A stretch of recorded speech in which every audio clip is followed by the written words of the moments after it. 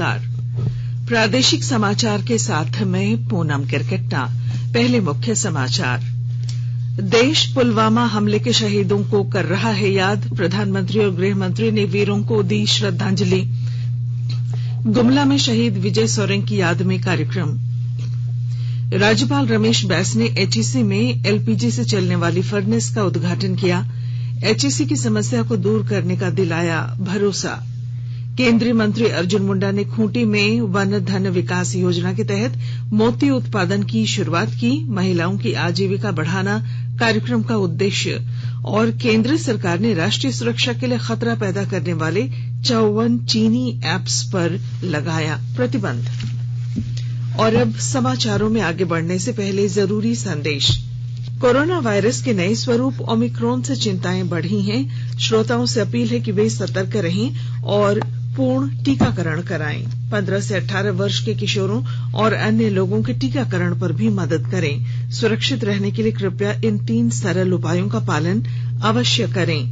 Mask पहनें, 2 गज की सुरक्षित दूरी बनाए रखें, हाथ और चेहरा साफ रखें। कोविड से संबंधित किसी भी जानकारी और मार्गदर्शन के लिए राष्ट्रीय हेल्पलाइन नंबर 01123978046 और 1075 पर संपर्क करें।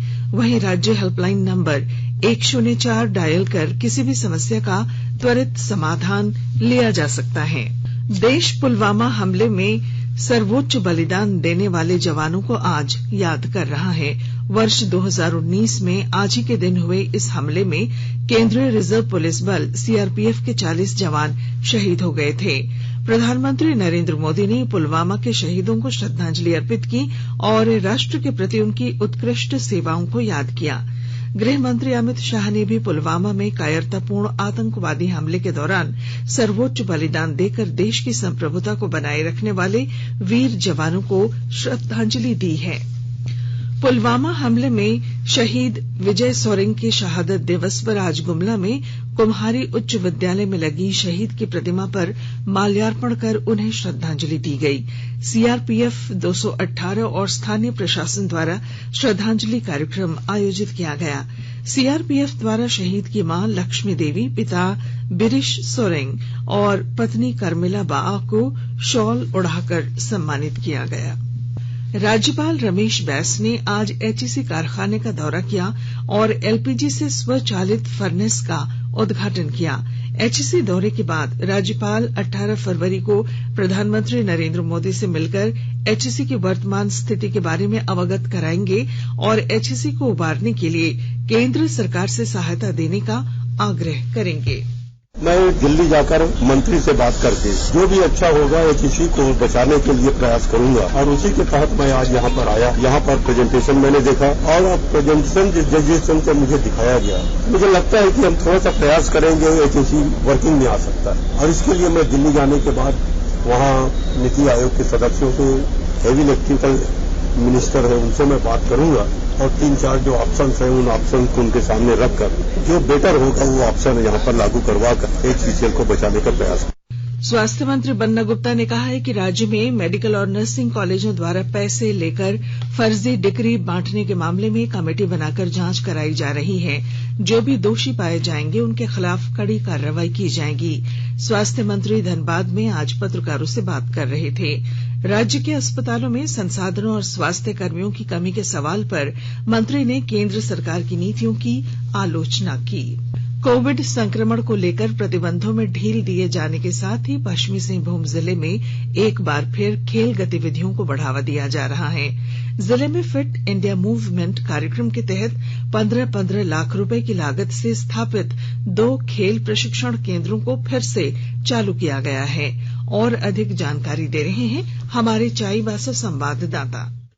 कोविड संक्रमण को लेकर प्रतिबंधों में ढील दिए जाने के साथ ही पश्चिमी सिंहभूम जिले में एक बार फिर खेल गतिविधियों को बढ़ावा दिया जा रहा है। जिले में फिट इंडिया मूवमेंट कार्यक्रम तहत 15-15 लाख रुपए की लागत से स्थापित 2 खेल प्रशिक्षण केंद्रों को फिर से चालू किया गया है। चाईबासा स्थित प्रशिक्षण केंद्र में 25 बालक और चक्रधरपुर स्थित प्रशिक्षण केंद्र में 25 बालक व 25 बालिकाएं प्रशिक्षण ले रही हैं। इन प्रशिक्षण केंद्रों से निकलने वाले खिलाड़ियों को राज्य राज्य एवं राष्ट्रीय स्तरीय प्रतियोगिताओं में भाग लेने का अवसर मिलेगा। जिले के उपायुक्त अनन्य मित्तल ने इन केंद्रों की गतिविधियों पर रुचि लेते हुए इनके दायरे को बढ़ाकर आसपास के गांव के बच्चों तक ले जाने का निर्देश दिया है। आने वाले समय में बहुत संभावना है कि खेल गतिविधियों के एक बार फिर शुरू होने से जिले के प्रतिभावान खिलाड़ी राज्य एवं राष्ट्रीय स्तर पर अपनी पहचान स्थापित कर पाएंगे। दिलीप बैनर्जी, आकाशवाणी समाचार, चाईबासा।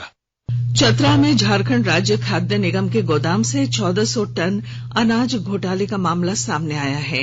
इसमें चावल, गेहूं और चना शामिल है, जिसकी कीमत 3 करोड़ 20 लाख रुपए से अधिक बताई गई है। दरअसल सदर प्रखंड में पीडीएस दुकानों की संख्या 160 है।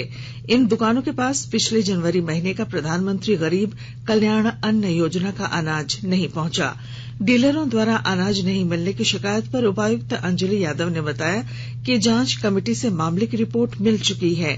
इसके आधार पर जिन लोगों ने गलतियां की हैं उन्हें शो कॉज किया जा रहा है। इसके बाद उनके विरुद्ध एफआईआर और अनाज की रिकवरी की कार्रवाई की जाएगी। आकाशवाणी के ताजा तरीन समाचारों के लिए आप हमारी वेबसाइट newsonair.com पर लॉग ऑन कर सकते हैं। ताजा समाचार Twitter handle @AIR News Alerts और Facebook page all India radio news पर भी उपलब्ध है।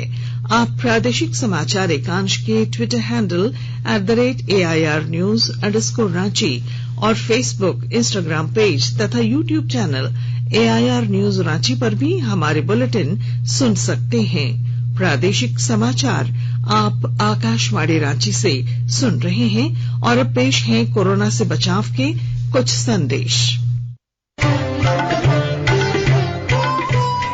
कोविड-19 से बचाव और सुरक्षित रहने के 3 उपाय। मास्क लगाएं, 2 गज दूरी है जरूरी, सुरक्षित दूरी रखें। चलो मिलकर एक शुरुआत करें, चलो एक फैसला आज करें। मास्क नहीं तो टोकेंगे, कोरोना को रोकेंगे। चलो एक इरादा करते हैं, चलो कुछ वादा करते हैं।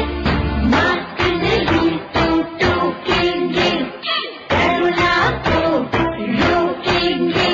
भारत सरकार द्वारा जनहित में जारी। प्रादेशिक समाचार में आपका फिर स्वागत है। केंद्रीय जनजातीय मामलों के मंत्री अर्जुन मुंडा ने आज अपने लोकसभा क्षेत्र खूंटी के नक्सल प्रभावित अड़की प्रखंड में वन धन विकास योजना के तहत जलाशयों में मोती की खेती की शुरुआत की। इस योजना से अड़की में महिलाओं की आजीविका के नए संसाधन की शुरुआत होगी। आजादी के अमृत महोत्सव के तहत आदिवासियों को आत्मनिर्भर बनाने की दिशा में ट्राइफेड के अंतर्गत मोती की खेती की शुरुआत की जा रही है। मौके पर पूर्व केंद्रीय मंत्री कड़िया मुंडा समेत कई गणमान्य लोग उपस्थित थे। आजादी का 75वां वर्षगांठ के रूप में देखे गए मना रहे हैं, तो हमारे लोगों को भी गाँव जहाँ रहते हैं उसमें भी आर्थिक स्रोत नए तरीके का बनाना चाहिए। जो घर की महिलाएं हैं, घर में रह जाने वाले महिलाएं, वो भी रोजगार करते हैं। ये मोती का खेती है। आपके साथ पहले प्रेजेंटेशन दिया हो या देंगे, इसमें हम प्राइवेट के साथ मिलकर के इसका प्रशिक्षण देंगे। इसमें एक सीट में 35 रुपया का लागत है, उसमें 2 मोती का टुकड़ा निकलता है। 36 रुपया का खर्चा है और दोनों मोती निकलने के बाद 350 रुपया में बिक्री होता है। पाकुड़ में राज्य के ग्रामीण विकास मंत्री आलमगीर आलम ने आज कांग्रेस भवन में जन सुनवाई की। इसमें जिले के 6 प्रखंडों के लोगों ने अपनी अपनी समस्याएं रखी। मंत्री ने लोगों की समस्याओं को सुना और उसका निदान निकालने का आश्वासन दिया। मंत्री ने परिसदन में उपायुक्त सहित अधिकारियों के साथ जिले में चल रहे कार्यों की प्रगति की समीक्षा भी की। अमृत महोत्सव के तहत आकाशवाणी के साप्ताहिक क्विज में आइए आप भी शामिल हों। आजादी के 75 वर्षों का पर्व अमृत महोत्सव प्रत्येक बुधवार शाम 7 बजे प्रसारित होने वाले प्रादेशिक समाचार के दौरान पूछे गए प्रश्न का सही उत्तर देने वाले एक प्रतिभागी इनाम का हकदार होगा। इसके लिए सुनते रहिए आकाशवाणी रांची का प्रसारण।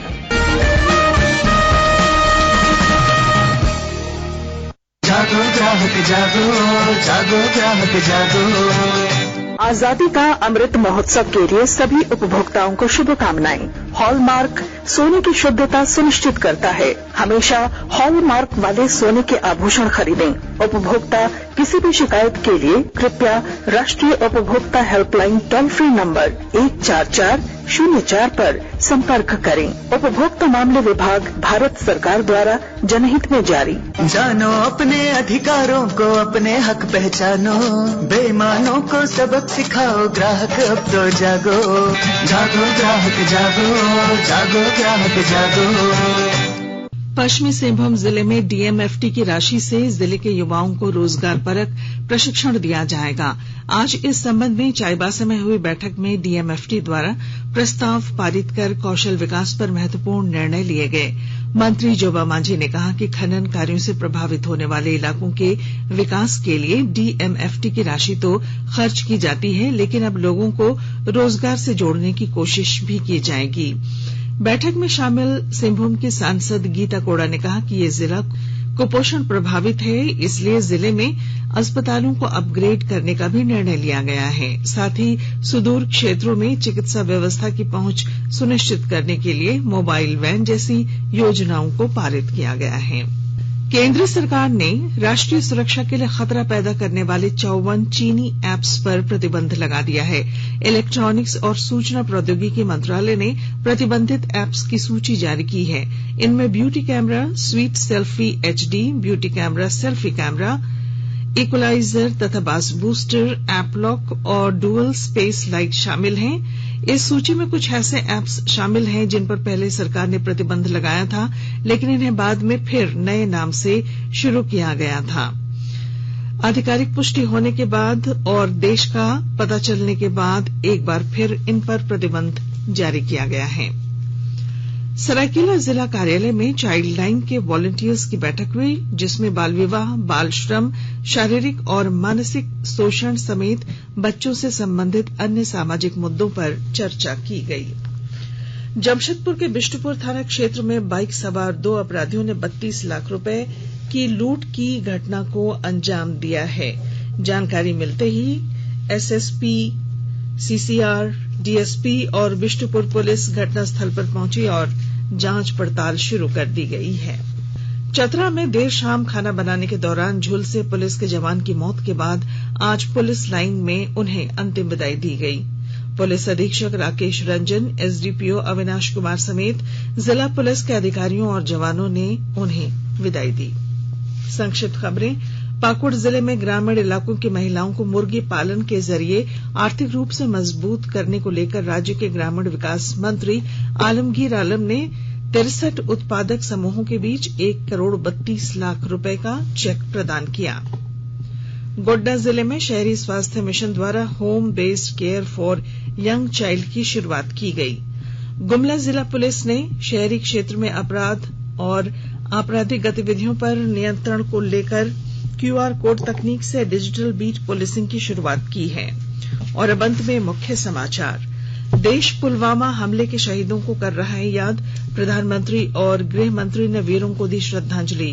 राज्यपाल रमेश बैस ने एचईसी में एलपीजी से चलने वाली फर्नेस का उद्घाटन किया।